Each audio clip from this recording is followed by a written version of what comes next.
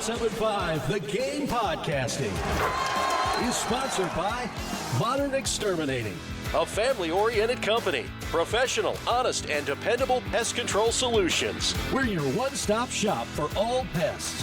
Tomorrow, pretty significant step in camp as the first scrimmage happens, which, again, we don't get to see, not open to the public or anything like that, but hopefully get some good reports out of that to add on to what you guys got to see earlier on this morning at camp, which, Coach Beamer, if you're listening, thank you. That it was a different set of things they got to see today because we actually got some good stuff. It was very nice. So, Shane, definitely appreciate that. Steve Fink, they do a great job over there. But, yeah, we got to see 4 periods of practice today, which is one more than what we normally got to see in the first 2 days of practicing. And we're back out there on Sunday for 4 periods. So we get to see hopefully even more than what we saw today, which was really good. But, again, we saw the stretching. We saw them going through their special team stuff with the punt and kick returners and whatnot. One interesting thing, Judge Collier was out there working with the return guys. That was something we had not seen, I don't believe, in the first 2 practices. So, again, the front runners for those spots seem to be Nick Harbor as probably the kickoff returner,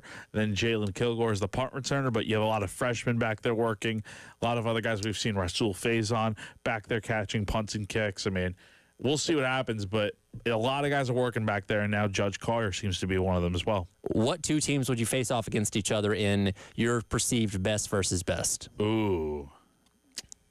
I'm trying to think.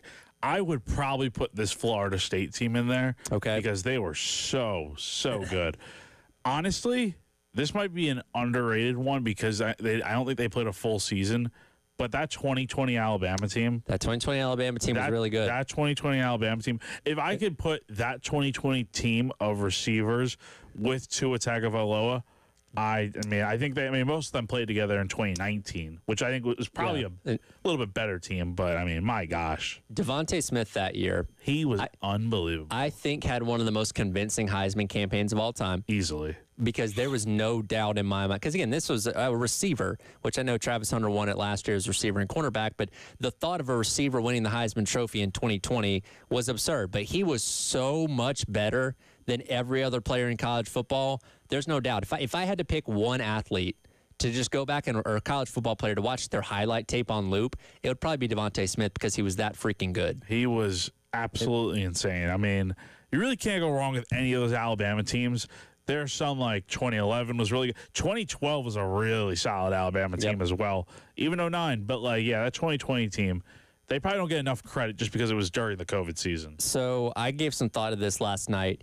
I would probably go with the 2001 Miami Hurricanes versus the 2019 LSU Tigers. Oh, man, that 2019 LSU team. So, and look, the 2001 Miami team was very capable on offense, and they had Clinton Portis and Willis McGahee and Jeremy Shockey and all those kind of guys. But that defense was legendary. Listen to some of these names that were on the defense that year. Antrell Roll, Vince Wilfork, Jonathan Vilma, Ed Reed, Sean Taylor, just to name a few. I could keep going here. But they had perhaps the best defensive in terms of who's who that college football's maybe ever seen. And to have a high-flying LSU offense go up against that kind of nasty defense, I mean, sign me up. But that LSU offense, we're talking about Joe Burrow, who threw 60 touchdowns and threw for almost 6,000 yards.